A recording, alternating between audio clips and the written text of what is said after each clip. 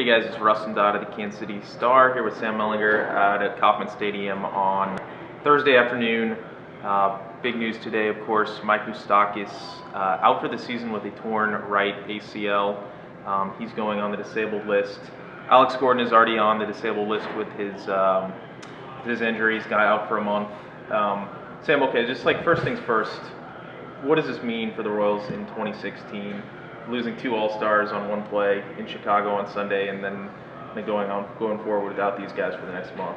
It's a season changer, right? Yeah. I mean, I was thinking about this earlier. Like, we can argue about who their best player is. I happen to think it's Eric Hosmer. Last year was Lorenzo Cain, but I think it's probably not a debate that Moose and Gordon are two of the four most important sort of morale guys. And I'm thinking of Moose, Gordon, Hosmer, and Sal Perez.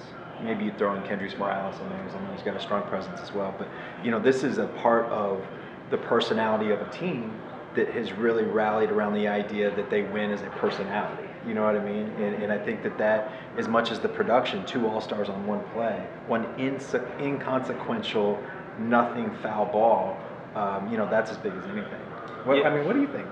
Yeah, I mean, if you take it strictly from the baseball nerdy perspective, Mike Moustakas is a 4-win type player. Yeah. At least he was last year when wins over above replacement. Alex Gordon at his peak is a 4 or 5-win player. So just you got to replace somehow that production. Cheslor Cuthbert is obviously gonna play every day at third base for now. And then in the outfield, you're going to see Dyson and Orlando for a while. They've called up Brett Eibner because Kendrys Morales is also hurt. Right. And they might have called up Ray Fuentes. But yeah, he's hurt there. Because Yeah, he ran into a center field wall. So yeah, I mean, I think they're going to piece it together. We asked Dave Moore a little bit ago, if they'd be more motivated to fill these gaps, from the outside and go make a move. Like you said earlier, maybe that's not even the best course of action right now. Maybe it's best to see what you have right here and then not necessarily go, give up more prospects again for a season that's, going to be difficult to win. Well, there's a couple things at work here. Like, one is they're not bringing in nobodies. Like, nobody knows what kind of player Whit Merrifield or Cheslor Cuthbert or Brett Eibner. We have no idea what kind of big leaguers these will be. But they have some promise. This isn't, compared to 5 years ago, 7 years ago, the kind of players that they would bring up to replace established big leaguers. There's a huge gap.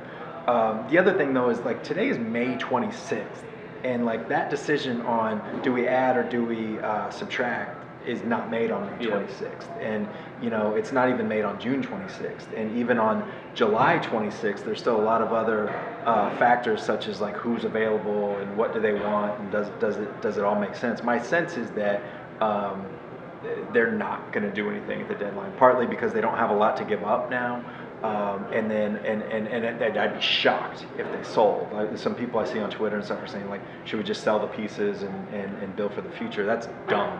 Because you still have 2017. If you sell pieces, you're hoping to get, a group of players to win a championship, and you've got that right now. Yeah. So I'd be shocked if they sold off. Mildly surprised if they add for a whole lot of reasons. So this is an absolute season changer, and like the Royals already, because of the bad start and some other things, like their margin for error was smaller than it was last year, and it just got a lot smaller now. Okay. Well, we will wrap up. The Royals may be playing tonight. It's raining at Kauffman Stadium, so. We'll see if they get this game in, but 4 games against the Chicago White Sox this weekend, maybe 3 if they get rained out tonight. For Sam Mellinger, I'm Rustin Dodd, and we'll see you later.